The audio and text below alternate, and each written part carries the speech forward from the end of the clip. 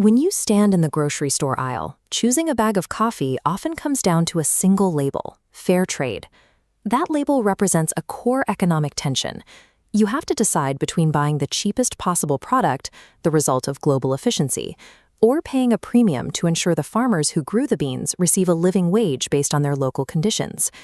This small consumer choice is actually the final output of a massive, actively engineered system. It's the result of deliberate policy. This system generates a specific tension. It lowers the cost of living by providing cheaper goods to the masses, but it simultaneously creates a competition that can leave local workers and domestic industries behind. To understand how the prices in your grocery aisle and your paycheck are manipulated, we have to look at how economic borders are systematically dismantled, starting at the national level, expanding to regions, and finally wrapping around the globe. Before a country can participate in this globalized world, it has to lower its own defenses.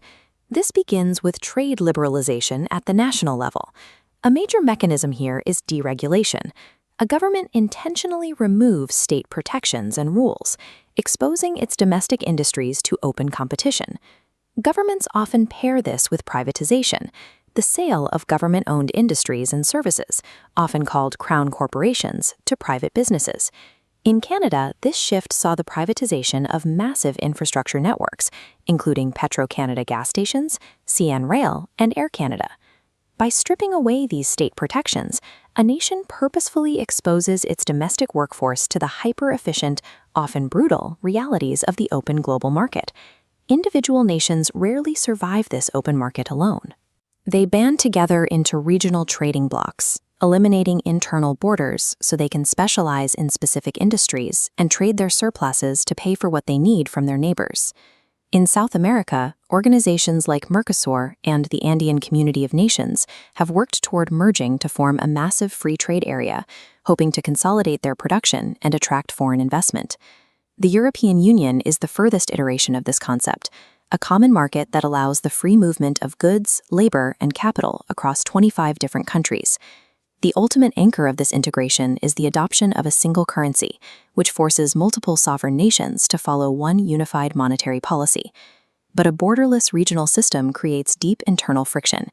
Workers in wealthier nations often fear that as the bloc expands, their jobs will be exported to incoming, poorer nations, where labor is much cheaper.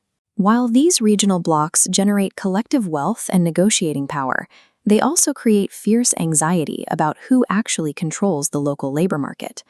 Above the regional blocs sits the highest level of economic architecture: international regulators, specifically the International Monetary Fund and the World Bank. Their stated function is to facilitate international trade and offer financial assistance or debt relief to heavily indebted poor countries. However, these loans carry strict conditions.